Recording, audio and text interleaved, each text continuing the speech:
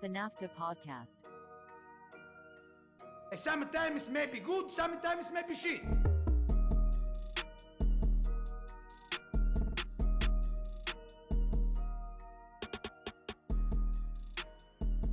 It is episode 67, actually. I think you guys did one without me, so I don't have the folder to save it in. So I think it is episode 67 of this season. It is an FA Cup episode. It's just me and Michael. I wanted to give the Tuckers a day off. I didn't even bother to tell them we're doing this, to be honest with you. Nick had a tough baseball season. So I've heard. Dylan was moving and shit. He was moving and not grooving. Moving and not grooving. So it's the originators, Michael and I, to jump on. And plus, I think I'm saving Nick's ass not to have to talk about this FA Cup game. Yeah. I mean, listen. Do you want me to cook Man United again? Like I tried to do it all last episode? I would just wait for us to actually dive into it, because I was going to ask, how you're doing. I was going to ask how your weekend was. I was going to ask if you two tuned into the Able Testify TV show on HBO, The Idol, with The Weeknd. He's not The Weeknd anymore, I thought. He's Able. Yeah, he's just Able. Yeah, did you watch it? Fuck no. Think I had time for that? Bro, it's the horniest shit I've ever seen. I can imagine. Have you listened to his music before? Yeah, bro, absolutely. This shit was wild. Just wild. I mean, do you want to describe it or? Nah, everyone's mom listens to this, but I told Lex we were in the middle of watching it, and I was like, this is just sexualized for sexualized sake at this point. It's HBO, so they're literally having a few different scenes in there to shock every mom from Des Moines. That's all it was. Get the Iowa mothers out of here, and then we'll have a TV show type of thing. Speaking of mothers. Yeah. Our mother told both of us that when I'm on the pod with just the Tuckers, I speak a lot better, I guess. I don't cuss as much. More eloquently, like Mike Tyson. When I'm on the podcast with you, I'm just going fuck the whole time. Yeah, you're a scumbag. When it's just you think it's because I'm a scumbag when you're here, but when you're not here, it's still my fault as well. I give you the runway to be a scumbag, and the Tuckers rein us in. I think it is. I think it's because when I'm with the Tuckers, I know I could pretty much say anything, and I don't know where the line is, so I censor myself. But with you create a line for me. I mean, I have a whole segment where I want you to describe what woke is, since all the Republican candidates can't do it. No, dude. Never mind. We can't go into this. It'll get not soccer, and it'll just get straight politics. Anyway, so you didn't watch The Idol. What'd you do this weekend? I had a grad party. Yeah? How'd that go? It was good. I didn't attend. You did get invited, though. I did get invited. Correct. I found the text message, and I almost sent it to you where you thumbs it up, and then you had the audacity to say I didn't get invited, and then I looked it up and I was like, I won't send this. I'm beyond this now. Damn, you're a bigger man. I am. How's that feel? Wish I would have sent it, honestly. Wish I would have stooped. It was good. I had a couple friends from home, a couple friends from college come down. Everybody, I guess, got the MO. They gave me a lot of bottles of Ciroc, which I haven't drank since college, but everyone thinks I like it. I don't know why. But you are the Ciroc vodka chopper. I think I posted. Why. I think when I was a little clout demon in college, I posted that with that caption once, and since then, that's all anybody gives me. All I know is it may not be your drink now, but I do have emblazoned in the front of my frontal cortex a picture of you with a Ciroc bottle cocked up like a AK-47 pause. But I think I deleted that picture because it's so embarrassing in hindsight. But when I took it, it was sick. Yeah, it was. And it was in a dorm room, which made it even better. And I was underage. So I did see some content that came out of this grad party, if we want to call it that. Yeah. But I did have a question. I did have a question for you. Okay. I am a known, through my friends and my wife, I'm a known swisher, which Oh means yeah.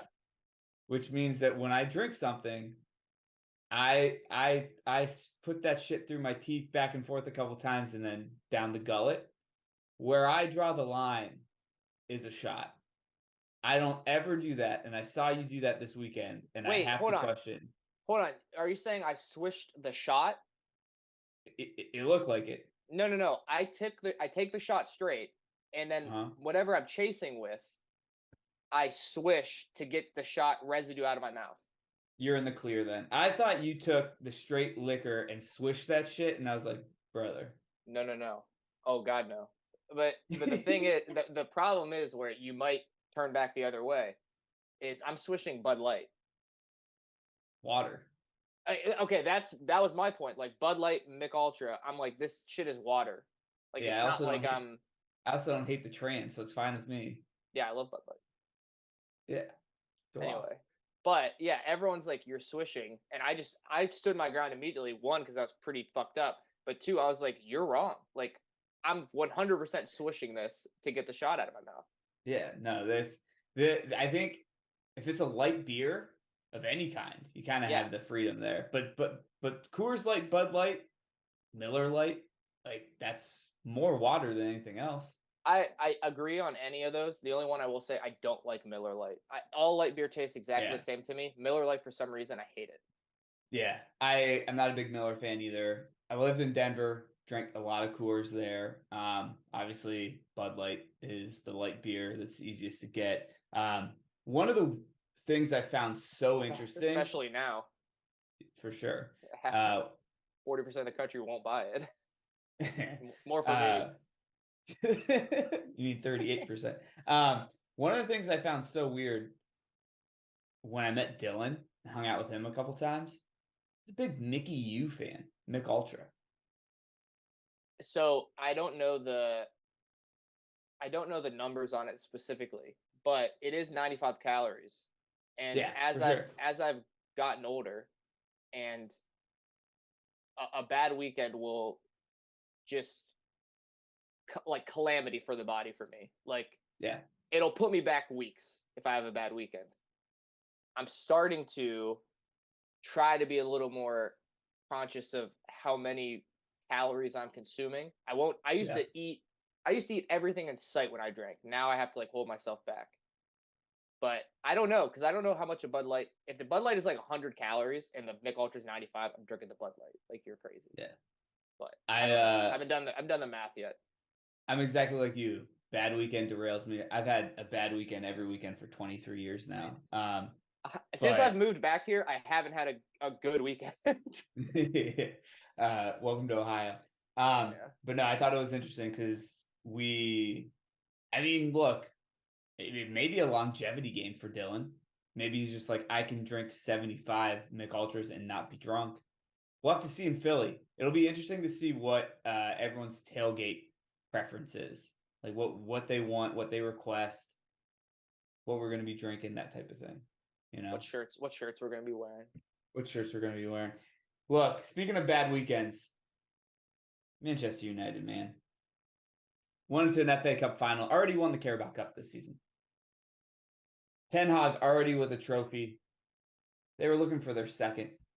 Came against their crosstown rivals, their noisy neighbors, their little brothers for so long, Manchester City. Two teams have never met in a FA Cup final. City 2, United 1. Gundo won in 12 seconds with the first goal. Fastest ever FA Cup goal. By a lot. Fernandez got a pen back in the 33rd minute. And then Gundo won again 6 minutes after the restart at halftime with ultimately the game-winning goal. Look, we're doing a pod on this because we do a Premier League pod, and these are two Premier League teams that are in this game. This game was boring as hell. This game sucked. Super boring. This game sucked because you guys first of all, Erling Haaland was the angriest I've ever seen him the entire game. You guys never got out of like first gear, really. Yeah. And listen, it's a pen. I acknowledge that. It's also just like, it's actually a pen, and I hate to make this about us. It's a pen unless it's Diogo Jota kicking the ball and hitting Gabriel in the hand at the Emirates. Then it's not a pen. But everywhere else, it's a pen in the league, and it feels like it shouldn't be, but it just is. Everything that they had, I feel like was a little bit like manufactured. Like it wasn't actually them creating it. You guys kind of were just sleepwalking through this, in my opinion. And which is good, because now it'll kind of be like, I bet Pep goes in there and after that game and is like, the fuck was that? Yeah. That's what I'm hoping. But I mean, we say that. I agree with you. Like, eye test wise, none of the United chances really freaked me out. Garnacho came on, and I told Nick this because he was at a golf tournament or whatever. And I was like, yo, he played really well. And credit to him, because as soon as he went on, I was at a bar with some buddies, and they're like, who is this guy? And I said, it doesn't fucking matter. He's not going to do shit. But then he did. Yeah. Well, I mean, he didn't do it. He would look the most threatening, though. For sure. But to your point, I watched this game. I never felt like we were in trouble. I thought that like you just said, the pen call is light. It's weak, but it is a pen. It is. It has been all year, except for anytime it's not for Liverpool. Just once. But good. I was just gonna say it was just one time, but it was an important time. We lost the game by 1. Yeah, but they outshot us, they out big chanced us, and they out XG'd us, which I know.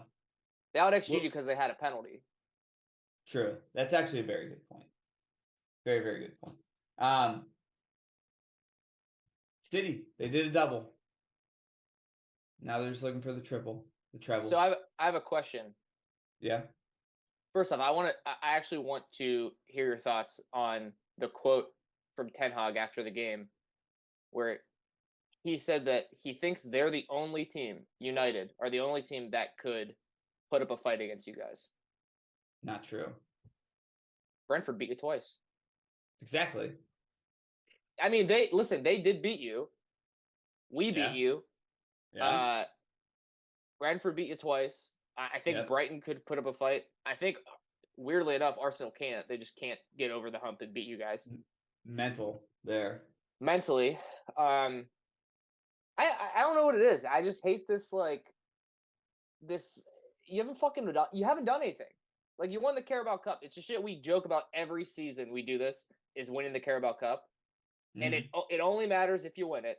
No one else cares, and everyone acknowledges that. And I just hate this, oh, we're right there. You're not. You're just as close to being 6th as you are 2nd. I think what people don't really understand is they end up finishing 4th, 3rd? Third. Yeah. Look, I'm not trying to gloat, but in a 38-game season, the gap between us and 2nd, 3rd, 4th, 5th, 6th, 7th, 8th, 10th, whatever you want to say, this season was huge. 38-game season. Wait, so you're saying, I don't understand, because, obviously, if it's massive between 2nd, it's massive between 3rd, too. Look, if his point was, we're the only team that can put up a fight, that's great. And if it's true, you don't play us 38 times. You got to play everyone else. I also just don't think that's true. I don't either, but I'm starting from that baseline premise. A. B, the team that finished above you, we beat on aggregate, I think 7-2. Yeah. And look, the reason, and I've seen a lot of my content recently really try to hammer home the Farmers League-esque-ness of the Premier League, which I understand. If they just look at the champion, it's been us, you guys, and Chelsea for the past 10 years or something. But like, yeah. the reason the Premier League isn't is because Brentford beat us twice.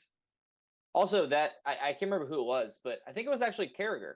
He put like the last 30 years in the Prem, and he showed like the Alex Ferguson era where they won, and like Chelsea still won during that time, and somebody else had won, and then a time before that, and then way back, even more than 30 years, like when Liverpool was winning a shit ton. It's like there are phases, yeah.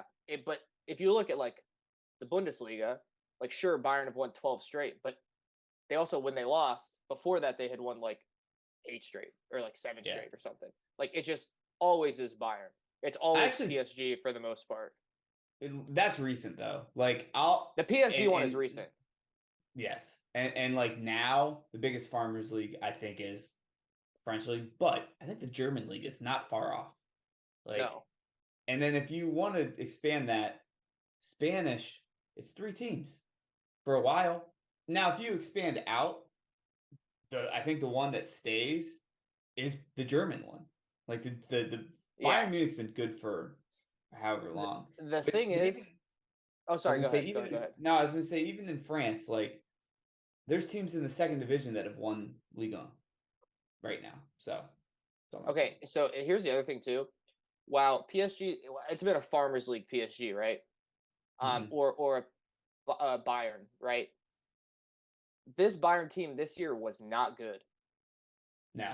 They had a ton of issues, okay? Yep. And they were, if Dortmund would have figured it out that last game, they could have lost for sure. The difference is you guys are going to win the fucking treble.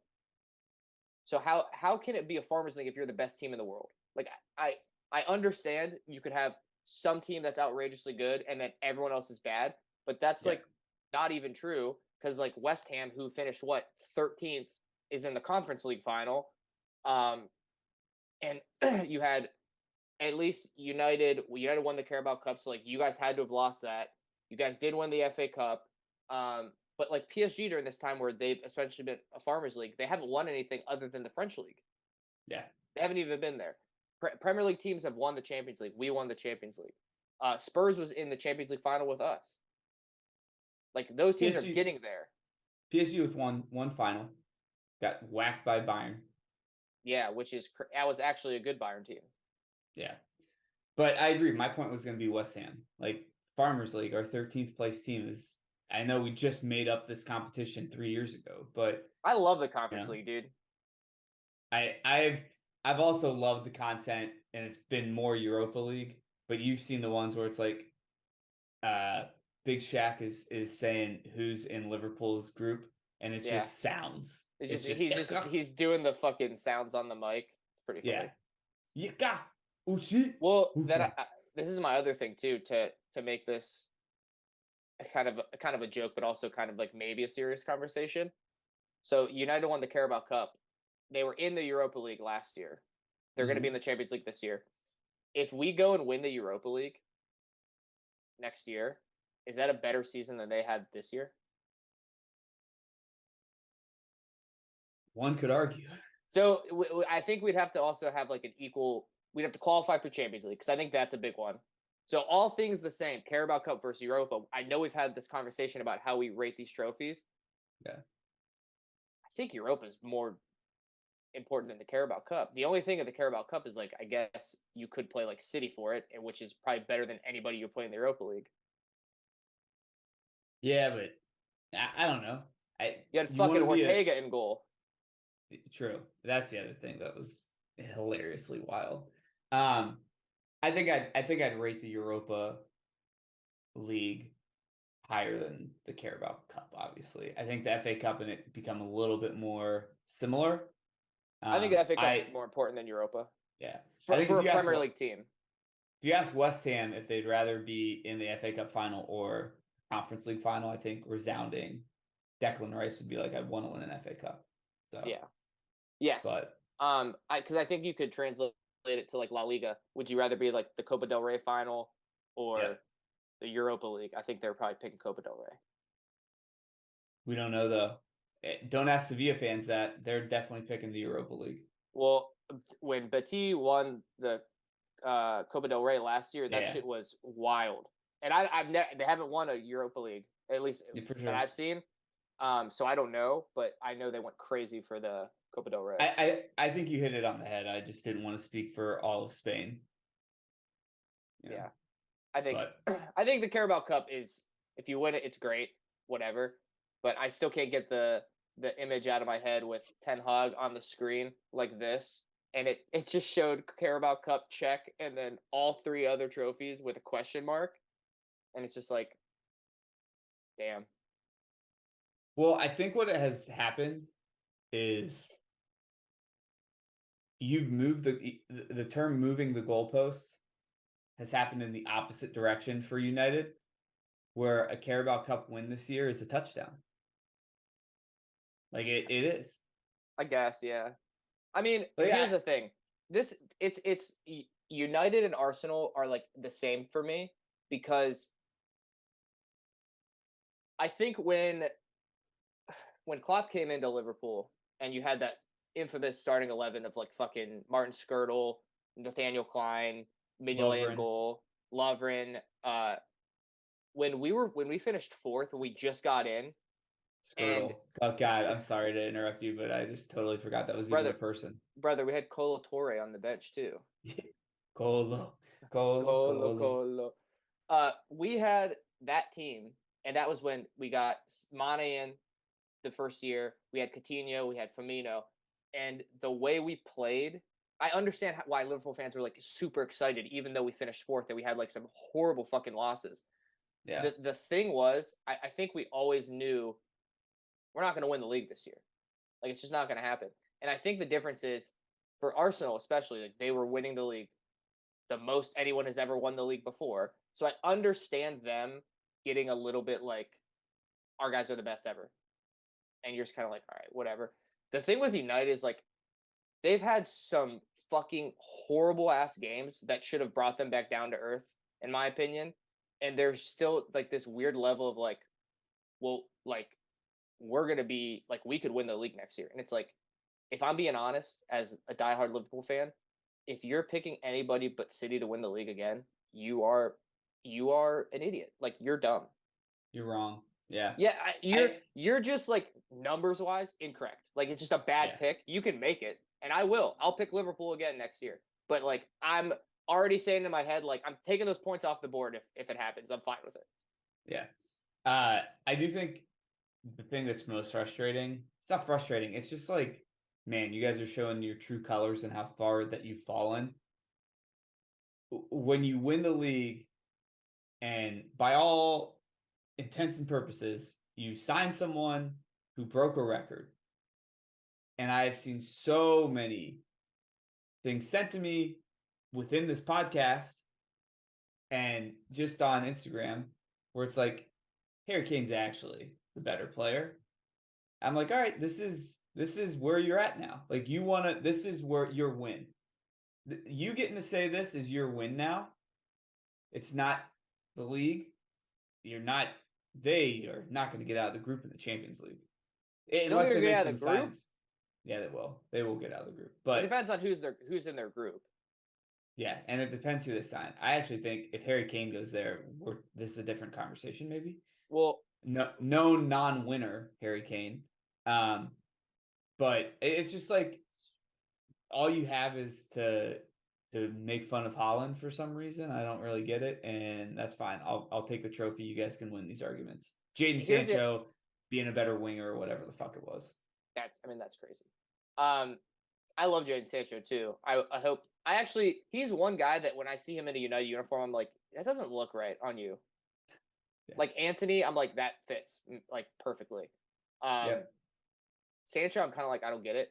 The only thing is like, I understand the like penalty, like if you score a lot of penalties, but I think that's like if you are like a midfielder and you're like, well, my midfielder has 15 assists and no goals, but he's like, but mine has 10 and 5 goals, so like it's the same, and it's like, well, no, because he has 5 penalties. Like, he didn't like manufacture 5 goals; he just put penalties in.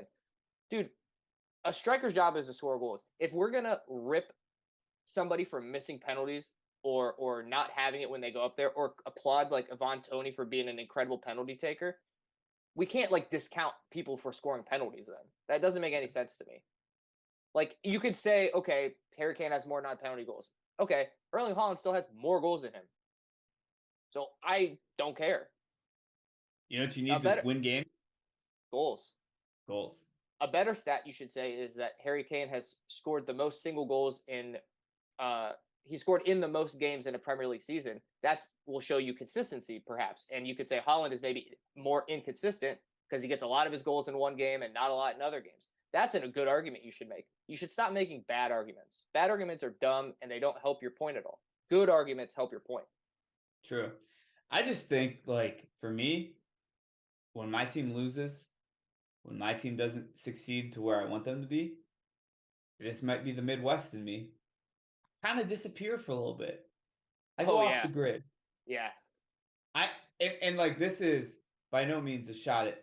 I was joking around about Nick earlier because that's like, it was in pod when he sent me this Harry Kane thing.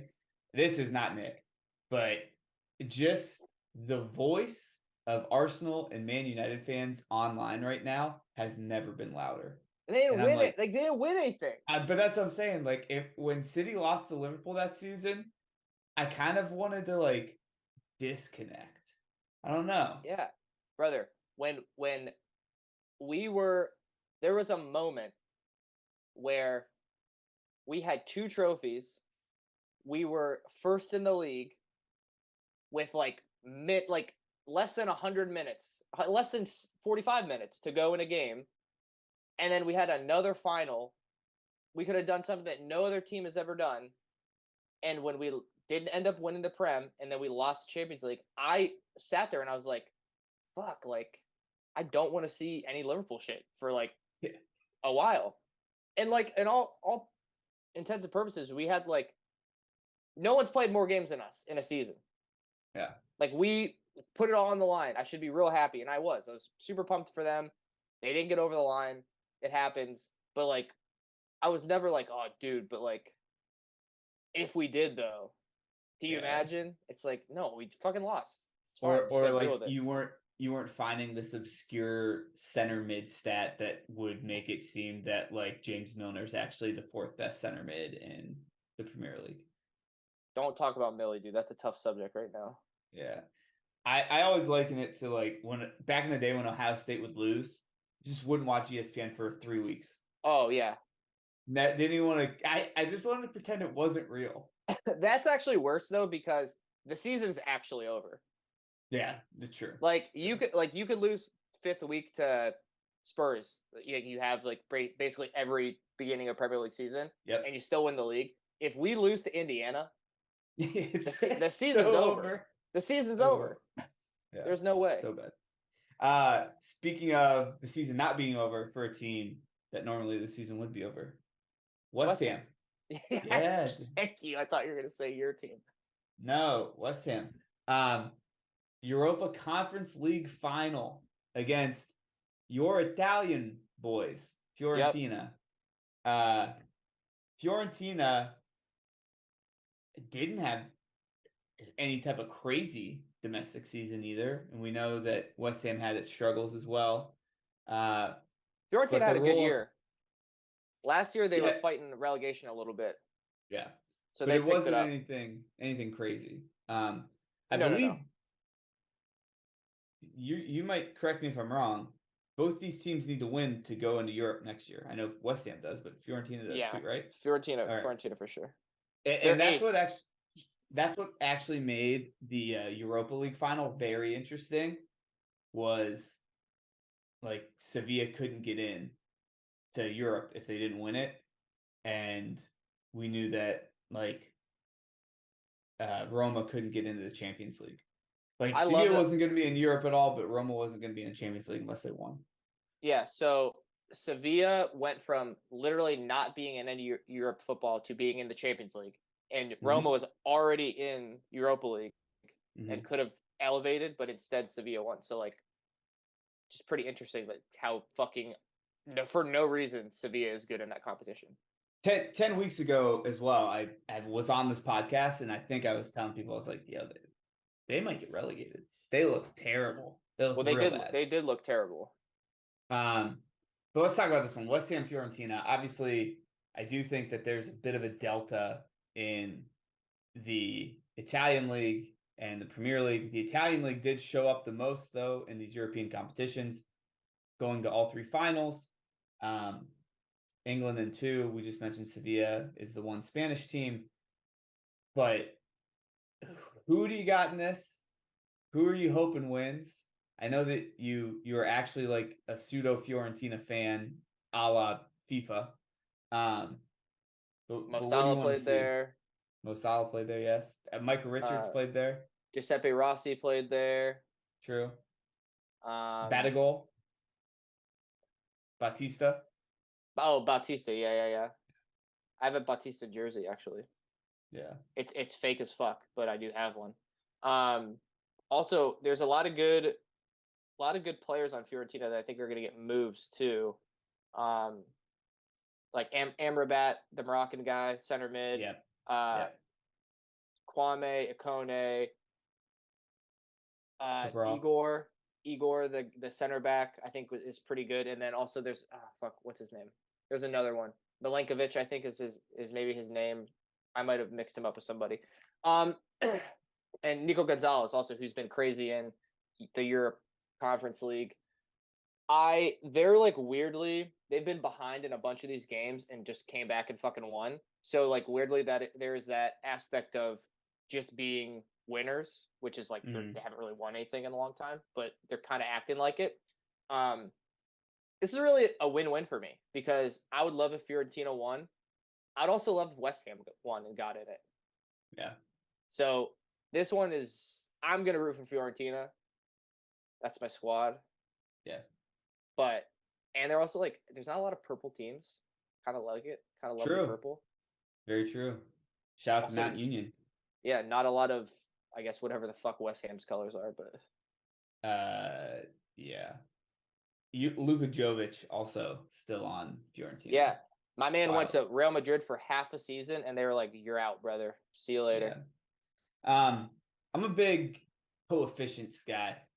I love getting the coefficient points for England, so I'm gonna go West Ham. I think West Ham is the correct pick, like betting wise.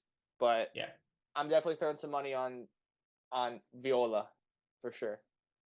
I think this is a nice little swan song maybe for Declan Rice. It also could be too good to be true. You know what I mean? Who's better, Declan Rice or Rodri?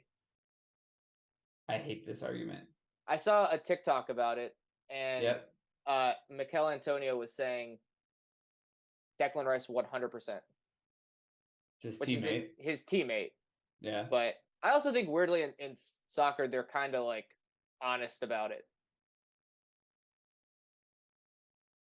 I think that's such a weird position because it's so important, but it never looks like anyone who's very good at that position is working really, really hard, is moving really, really hard. Like even Fernandinho, when he was with City back in the day, in last year, like I don't want to say it looked effortless, but it honestly kind of looks like they're not trying. And I feel like Declan Rice is kind of the same. So is Rodri. I don't know. I'm obviously going to back Rodri. I think it's Rodri, but it's the same as like a center back. Like you don't want the guy who's diving around all the time, making blocks like last stitch. You want the guy who looks like he's fucking in control the entire time. Yeah, I forget which podcast it was too, but they were doing the combined 11 with City and Man United, and I know famously before the game, whatchamacallit said no one from United gets in. I didn't want to be that harsh. No one from United gets in. I get that, but someone was trying to argue that Luke Shaw would get in over Ake, and I wanted to be like, bro, you had to watch the entirety of City's season to understand how important that dude's been. Like, it's insane. Yeah, it's just not correct. So we're splitting the votes between Fiorentina and West Ham. Obviously, deep down, though, we think West Ham's probably where the good money needs to go. Declan Rice, hopefully, maybe getting a trophy for the Hammers before he ultimately, I think, will depart this summer. Although I have heard that the West Ham asking price is astronomical and has been what's holding it up. We shall see. Let's go to the big one on the 10th of June. I'm sure we'll probably. No, we won't. It'll be this weekend. We won't have another pod before then. City, Inter Milan. This game is in Turkey, in Istanbul. These teams have never met before in a regular ass game. Neither have Fiorentina and West Ham. But if you want to take any notes off this, met twice in 2 club friendlies. July 31st, 2010, 3-0 win for Inter. July 31st, 2011, a full 365 days later, 3-0 win for Man City. City obviously won the Premier League. I think Inter finished 3rd, 4th maybe in the Italian league. 3rd. They behind Lazio, in front of Milan, I think. What's your take here? This is like the least interesting game. It was Sevilla, Roma, Fiorentina, West Ham. This one is just, it's not. What's Lukaku going to score? A goal against you guys finally? He's dating Megan Thee Stallion now. Good for him, by the way. Yeah, that's a win. Imagine having to listen to all the Chelsea fans' bullshit. You endure it. You go through it all. You have a tough season, even in Italy a little bit. You get to take home Megan Thee Stallion. It's a dub. I don't know why when you say Megan Thee Stallion, it irks me. It's also like Meg Thee Stallion. Is it? That's how everyone says it's Meg Thee Stallion. Megan Thee Stallion is just like, you're like, he bringing home Megan Thee Stallion, and I'm just kind of like, I don't like it. Bringing home MTS? Whatever. Bringing home a certified baddie. Yeah. That's fine. Anyway. She milked the first pitch in Houston for like 17 minutes. It was pretty funny. Hey, they can't pitch clock her. We stand. Yeah. I stand. All right, so it's a boring game, but what do you think's gonna happen? I have a large amount of money riding on this game. I won't sell the details. I took a parlay, FA Cup and Champions League, for a lot of money. It was $100 to win 60? No, it was even money. Actually, plus 108. Damn. Large amounts of money. So it's you guys, or I'm fucking pissed. All right. No analysis though, Michael. Just shout out to Lukaku. No, what do you want me to say? You guys are gonna have 60% possession, 65 probably. Gundogan's gonna be, what is everyone saying? He's like Ronaldo end of the year, like R9 Ronaldo. Holland will probably go from being the most frustrated player ever to scoring 3 goals. You guys are gonna crush him. I do think that Holland's dealing with some blue balls right now, goal wise, and that doesn't bode well for Milan. Yeah. So this was actually when I was doing the bet, this was the least likely win for somebody other than you guys. It's like Man U had a better chance according to the bookies. Yeah. We saw how that turned out. You guys didn't even play good. True. Well. True. So I did see this other argument pop up. We've been on Instagram a lot lately. All of Man City's success has been in the past 10 years, pretty much. 12, I guess. Are we a big club? I think if you say you're not, you're kind of just like, in what respect, right? Like talent wise, yeah, 100%. You guys win like the youth Premier League a lot. You and Chelsea win it, but also Chelsea has like 1,000 people. You guys are a perfect example of like, if you have good recruiting and money, like you spend less, you spend more than most teams because you have more, but you spend less than United and you get better players. You spend less than fucking Everton and you get better players. Yeah. Chelsea, better players.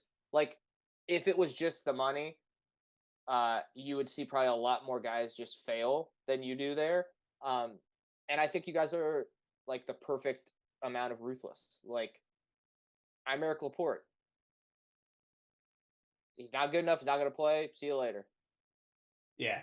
There is a famous Jay-Z line that I was going to look up before this, but ended up not doing it, where he talks about how many millionaires he's made, and he ends it. He talks about Rihanna, he talks about Kanye, fuck that guy, and he ends it with, Beans would tell you if he wasn't in his feelings, meaning that this man missed out on millions of dollars.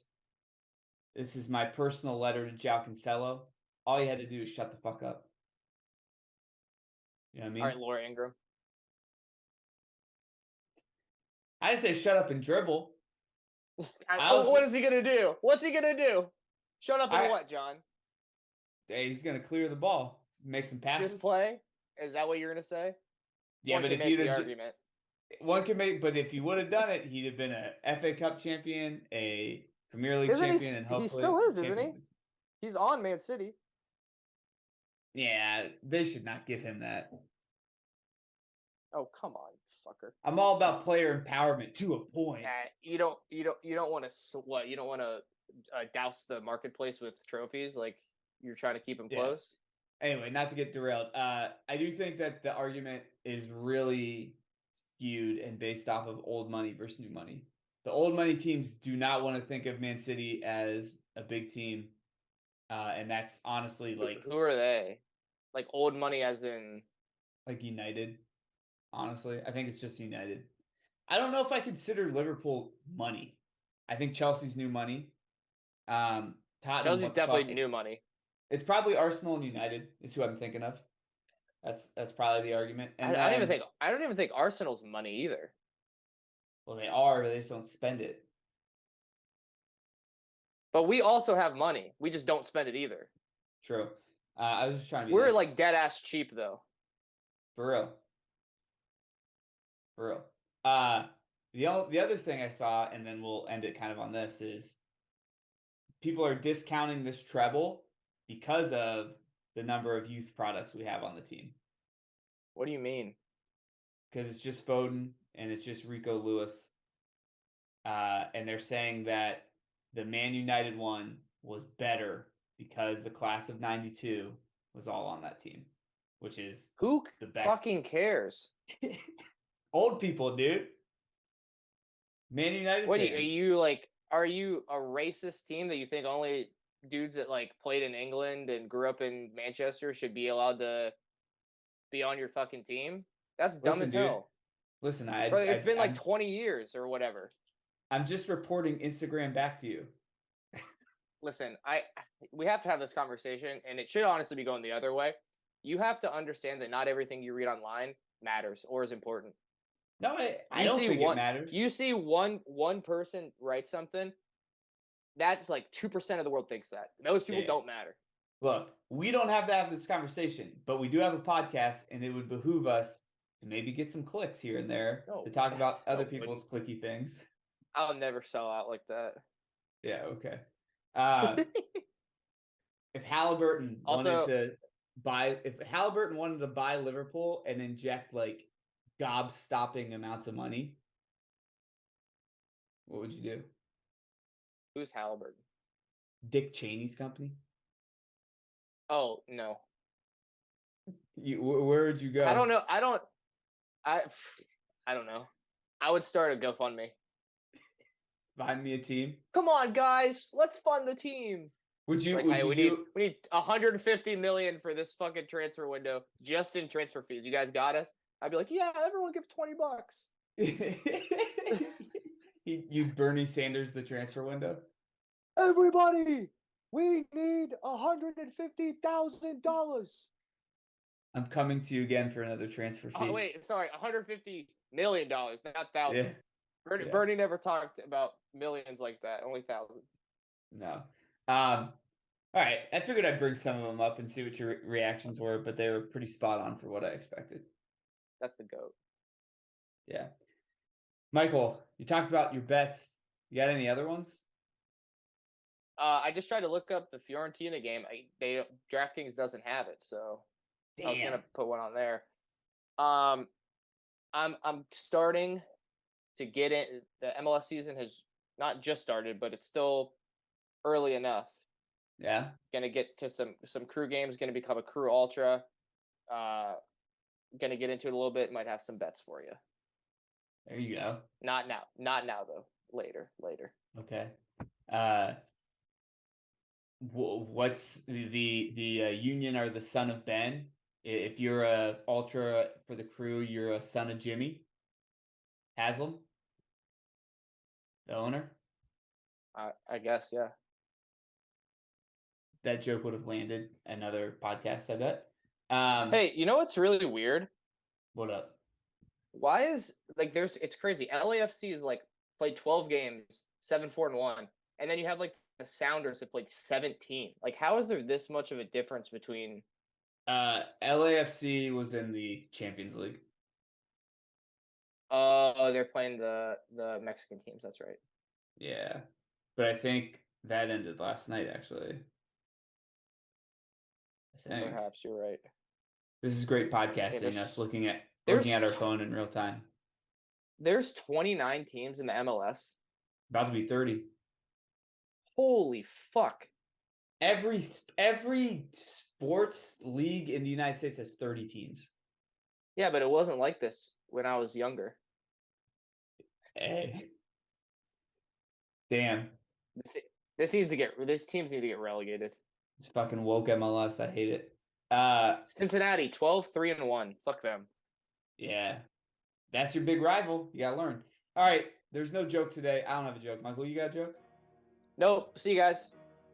All right. Bye. Thanks for listening. Go City. Please.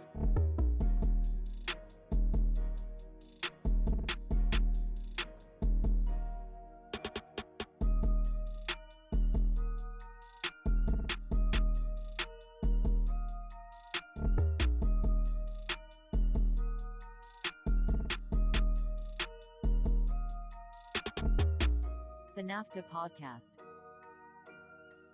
Sometimes maybe good, sometimes maybe shit.